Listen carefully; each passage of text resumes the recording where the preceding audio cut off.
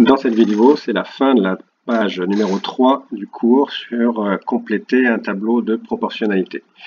Alors c'est l'exercice 3 qui va sans doute se faire en 2 vidéos parce qu'il est un petit peu long à corriger. Premièrement, dans l'exercice 3, il y a juste un énoncé qui est le prix d'un sac de 2,5 kg de pommes est 2,40 €.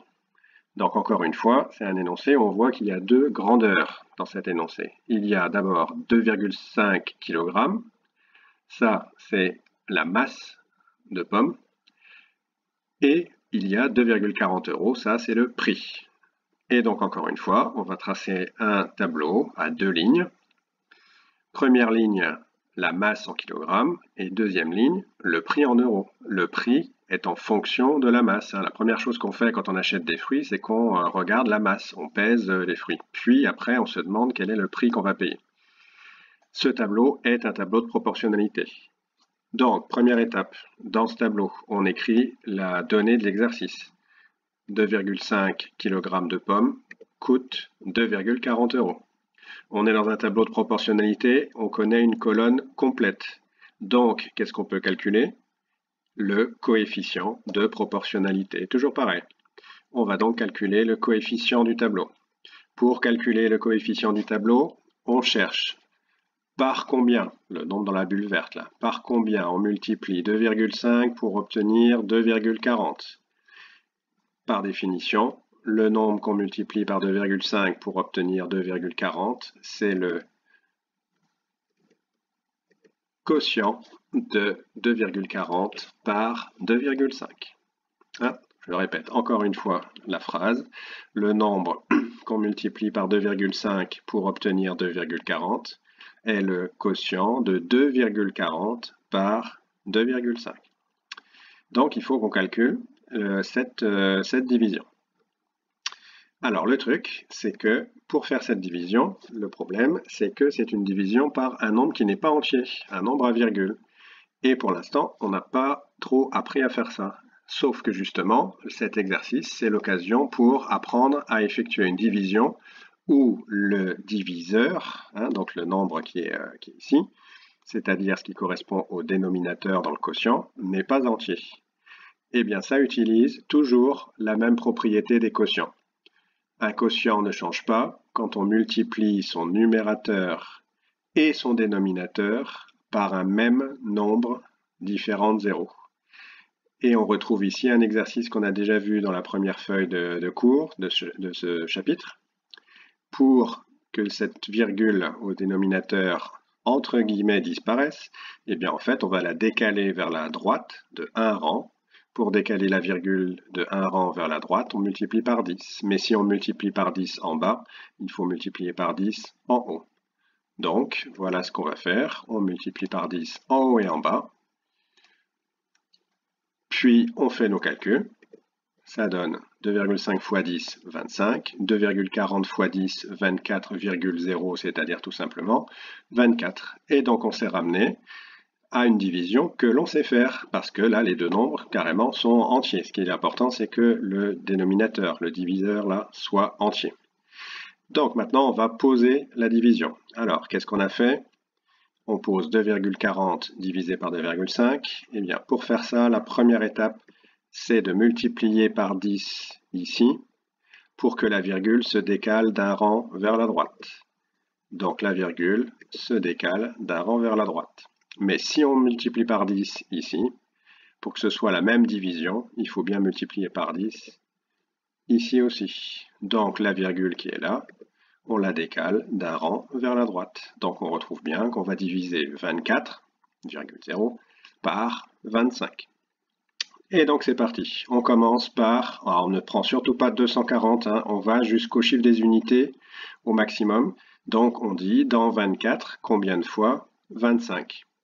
Eh bien, dans 24, on ne peut mettre que 0 fois 25. Avec 24 élèves, on ne peut pas faire un groupe de 25. Donc ça fait 0 fois 25. 0 fois 25, ça fait 0. 24 moins 0, ça fait 24. Puis ensuite, on fait quoi? On abaisse le 0. Le 0 qui est le chiffre des dixièmes, parce qu'il est à droite de la virgule qui est en rouge là. On abaisse le 0, sauf que si on abaisse le 0 des dixièmes, qu'est-ce qu'il faut faire? Eh bien, forcément, il faut ici, au quotient, mettre la virgule. Parce que le chiffre suivant qu'on va chercher ici doit forcément être le chiffre des dixièmes, puisque ici, on a 240 dixièmes. Donc, rappelez-vous bien de la méthode de la division, on abaisse le chiffre des dixièmes, donc on met forcément la virgule ici. On a 240. Dans 240, combien de fois 25. 240, c'est pas loin de 250. 250, c'est 10 fois 25. On est bien d'accord qu'ici, on n'a pas le droit de mettre 10. De toute façon, il ne va pas 10 fois 25 dans 240. Au maximum, c'est 9. On est tellement proche de 250 qu'on peut tenter 9 et vous allez voir que ça va marcher. 9 fois 25, 9 fois 5, 45. 9 fois 2, 18, plus 4, 22. Donc, ça fait 225. 9 fois 25 égale 225. On calcule 240 moins 225. 225, quand on ajoute 5, ça fait 230. Il ne reste plus qu'à ajouter 10 pour faire 240. Donc ça fait un total de 15 qui nous reste. Pour l'instant, le reste ne vaut pas 0. Donc on continue la division. Pour continuer la division, on va ajouter un 0. Ici, c'est le 0 en vert, là, le 0 des centièmes. On abaisse ce 0 des centièmes et on se demande, dans 150, combien de fois 25.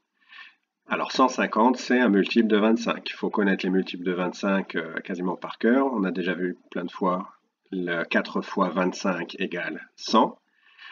Or, ici, on a 150. 50, c'est 2 fois 25, donc 6 fois. 6 fois 25, ça fait exactement 150. Et 150 moins 150, c'est égal à 0. Il reste 0, le reste vaut 0, donc la division elle est tombée juste. Donc ça veut dire qu'on a trouvé la valeur décimale exacte du quotient, qui est 0,96. Ce nombre-là, maintenant on se demande qu'est-ce que c'est. Donc déjà, premièrement, c'est le coefficient de proportionnalité du tableau. Quand on a fait nombre du bas divisé par nombre du haut, ici, c'est pour trouver le coefficient du tableau, c'est-à-dire le nombre dans la bulle verte, là, par lequel on multiplie le nombre du haut pour obtenir le nombre du bas. Alors oui, j'avais oublié. En fait, première chose à retenir, donc la méthode de la division par un nombre à virgule, là, multiplié par 10 ici, multiplié par 10 là, dans cet exemple. On aurait pu aussi trouver ça d'une autre manière. 24 sur 25, ici on a comme dénominateur 25. Si on multiplie 25 par 4, ça va donner 100. Et une division par 100, c'est facile à faire. Donc, on multiplie par 4 en bas pour faire 100. Si on multiplie par 4 en bas, on multiplie par 4 en haut.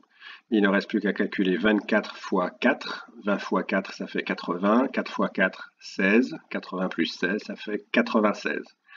Donc 24 sur 25, c'est égal à 96 sur 100. Et 96 divisé par 100, ça fait bien 0,96. Donc je reprends, 0,96, c'est le coefficient de proportionnalité du tableau. Donc on l'écrit dans la bulle verte en écrivant fois 0,96, la flèche de haut en bas. Si c'est multiplié dans la bulle verte, c'est divisé dans la bulle bleue. On verra ça pour la question B. Puis, on écrit aussi 0,96 à un autre endroit. Donc déjà, premièrement, il faut peut-être se rappeler qu'est-ce que c'est que ce coefficient dans le tableau.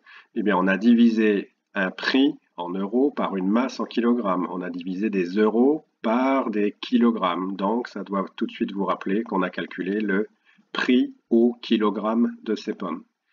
Le prix au kilogramme de ces pommes est 0,96. Et attention, l'unité de ce nombre, eh bien, je viens de le dire, ce sont des euros par kilogramme. Ce n'est pas seulement des euros. Euros par kilogramme. Mais ce nombre-là, 0,96, on le trouve aussi sous le nombre 1 dans un tableau de proportionnalité. Le coefficient se trouve dans la bulle, mais aussi c'est le même nombre sous le nombre 1, 0,96. Donc ça permet d'écrire une autre phrase qui est que le prix de 1 kg de ces pommes est 0,96, sauf que cette fois, comme on parle du prix, eh bien ce sont des euros. Donc quand on lit ce nombre-là dans la colonne, c'est euros. 1 kg de pommes coûte 0,96 euros. Par contre, le coefficient du tableau, c'est le prix au kilogramme qui est en euros par kilogramme.